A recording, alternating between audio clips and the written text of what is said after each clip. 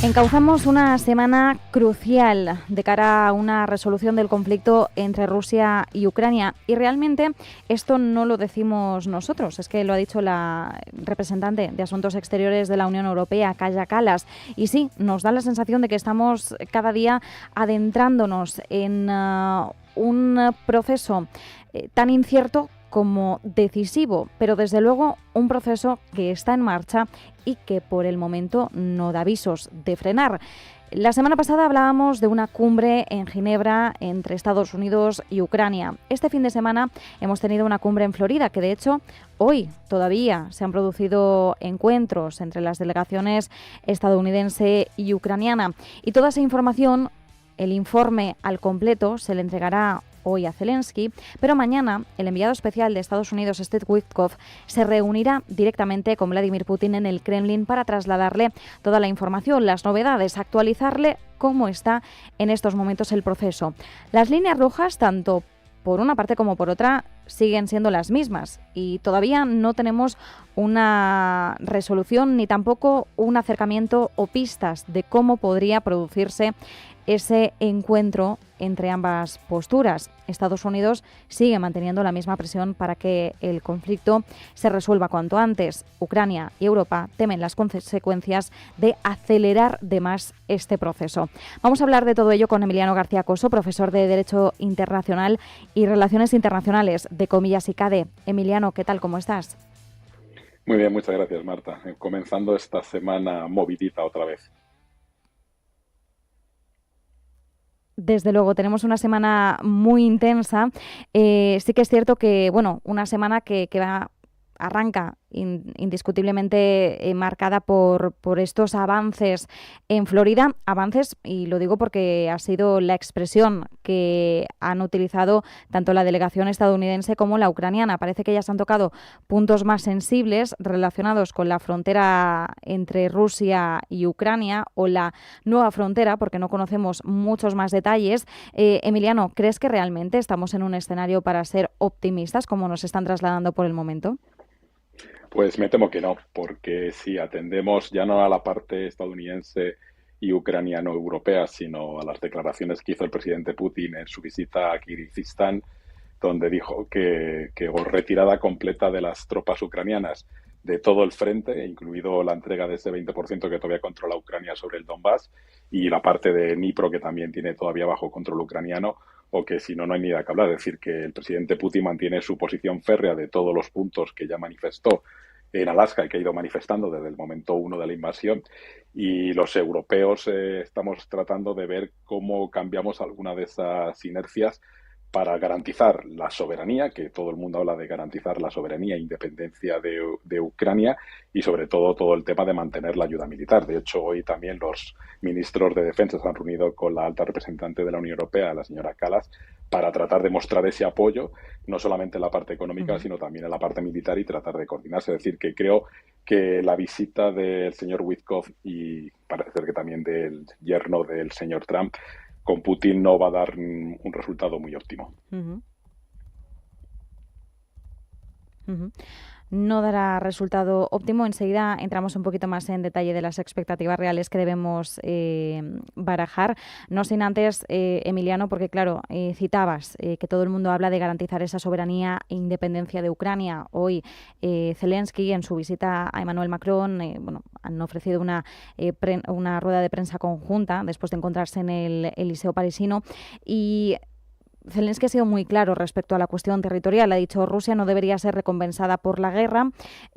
Ha pedido de nuevo una salida, una paz digna y que respete la soberanía, la independencia ucraniana. Pero claro, el mensaje, de alguna forma, aunque es un mensaje que intenta trasladar esa fortaleza, es un mensaje que se diluye por cómo están avanzando las conversaciones o cómo intuimos que podrían avanzar, y se diluye además en un momento en el que la semana pasada nos despedíamos después de la salida del que se ha considerado el segundo hombre más poderoso en clave política y mano derecha de Zelensky. Entendemos también que Zelensky está en un momento políticamente interno interno bastante delicado y es difícil, ¿no?, trasladar esa fortaleza y trasladar el mensaje de lo que debería ser Ucrania tras la guerra cuando todo está tan delicado en un sentido político.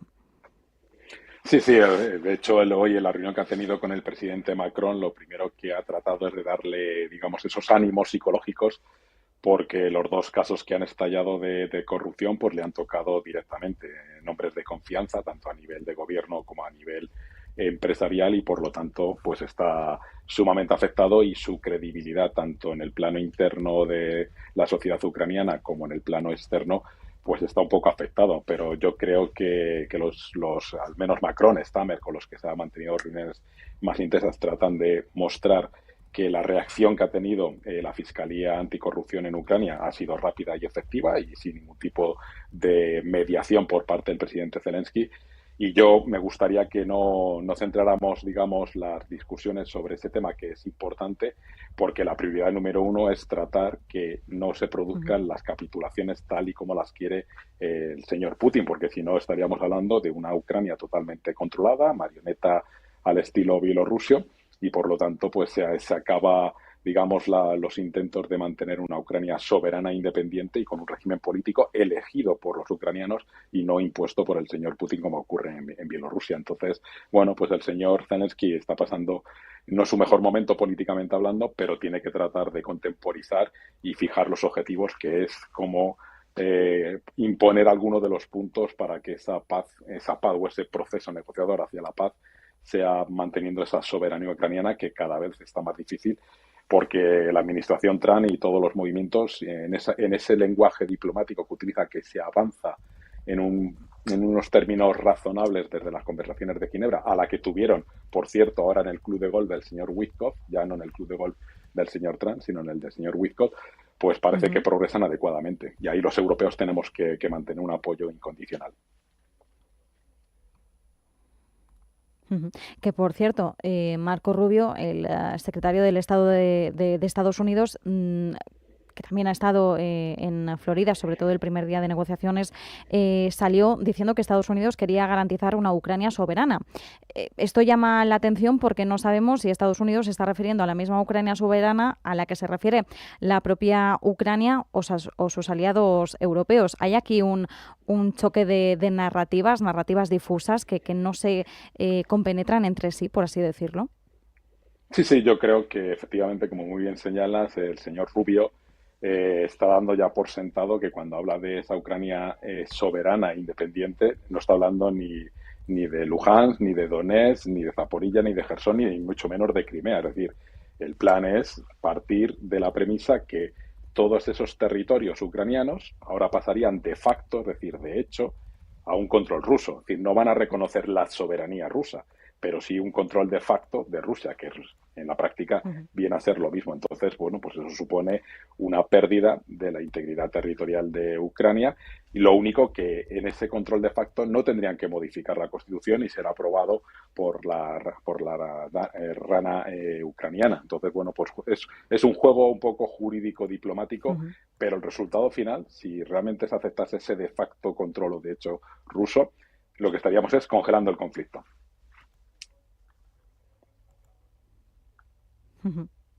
Emiliano, ahora ya sí, centrándonos en las expectativas más realistas que podemos barajar de ese encuentro Witkoff-Putin, ¿por dónde crees que pueden pasar las líneas generales, los principales puntos y sobre todo el mensaje que se nos traslade públicamente a posteriori?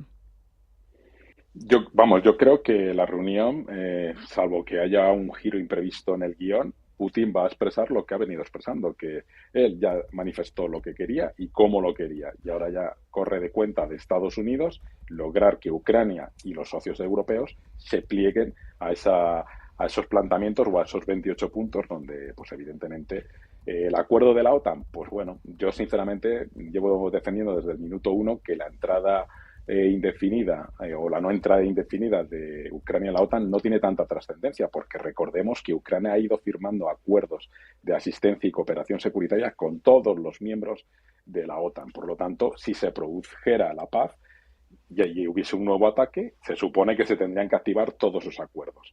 Y luego dentro de eso están las garantías de seguridad. Bueno, pues las garantías de seguridad, Putin ha dicho que no quiere tropas europeas y no va a admitir ni una sola tropa europea sobre el terreno, mientras que los europeos y estadounidenses, y especialmente los ucranianos, lo que quieren es una garantía de seguridad que efectivamente habría esa asistencia militar. Porque, como muy bien sabes, lo de introducir una cláusula estilo artículo 5, bueno, pues el artículo 5 es potestativo, no es obligatorio asistir y ayudar militarmente al Estado que es atacado. Entonces, bueno, yo creo que se están enrocando en algunas posiciones Ujú. y yo creo que Putin lo tiene clarísimo. Es decir, bueno, a eso le va a dar igual. Lo que no quiere es tropas europeas o norteamericanas o de la OTAN en territorio ucraniano. Entonces, creo que Wizko lo va a tener muy difícil y salvo que acepten finalmente imponer la versión rusa y por lo tanto pues estar ante una situación donde Ucrania dejará de ser un estado soberano y pleno. Ujú. Emiliano, ya por último, paralelamente a todo lo que está ocurriendo, que no es poco, surge también una nueva disputa, un nuevo enfrentamiento, rifirrafe, como lo queramos llamar, entre la OTAN y Rusia. Esto viene a raíz de unas declaraciones del almirante Dragone al Financial Times diciendo que un ataque preventivo contra Rusia podría considerarse un ataque defensivo. Él mismo reconocía que quizás esto no va tan en línea con la propia filosofía de la OTAN, pero bueno, trasladaba su visión, ¿no? Su perspectiva de una OTAN que debería reforzarse, incluso ser algo más agresiva.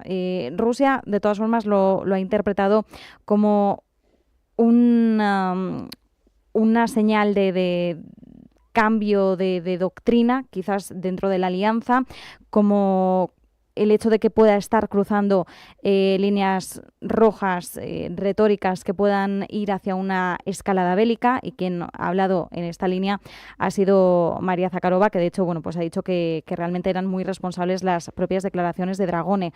¿Hasta qué punto podríamos tener paralelamente también un conflicto OTAN-Rusia que cobre una mayor fuerza o que pueda materializarse de una forma algo distinta a como habíamos estado viendo hasta ahora? Marta, la narrativa rusa siempre ha sido la misma, es decir, ellos han sido la víctima de la ampliación de los miembros de la OTAN, la pérdida de la seguridad en la zona de influencia rusa, y eso lo siguen manteniendo y van a seguir manteniéndolo hasta el infinito, puesto que eso es solo una de las causas profundas de por qué se vieron obligados, comillas, a la invasión de Ucrania.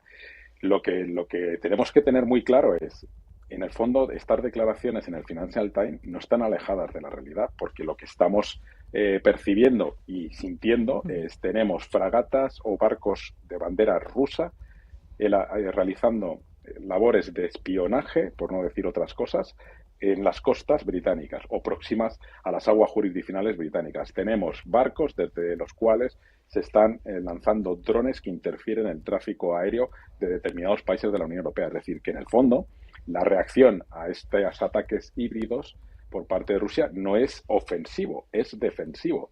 Entonces, lo que creo que quería decir este representante de la OTAN italiano es que tenemos que reaccionar, porque lo que no puede ser es que hagan estas labores de que generan cierta inestabilidad securitaria en países OTAN sin que la OTAN diga absolutamente nada, porque Reino Unido estaba sumamente preocupado y amenazó con tomar medidas respecto a los barcos que estaban realizando labores de espionaje e incluso mandando rayos láser a los aviones británicos cuando estaban haciendo labores de vigilancia. Entonces, no estamos haciendo ofensiva, estamos simplemente aplicando estrategia defensiva frente a los ataques continuados de diferente alcance y escala por parte de los rusos.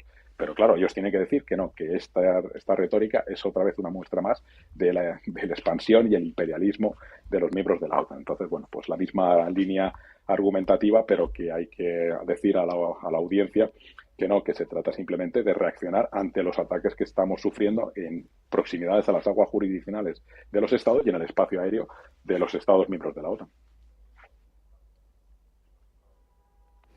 Como siempre, todo depende del prisma, de la intencionalidad y de la narrativa que cada uno quiera ver y trasladar los mensajes, las palabras, la información son poder. El cómo se usan las palabras y los mensajes siempre buscan algo, una reacción, y en este caso pues lo vemos con una claridad absoluta. Todo lo que tenga que ver con el mundo diplomático, político, geopolítico ahonda, ¿no?, en este tipo de lenguajes.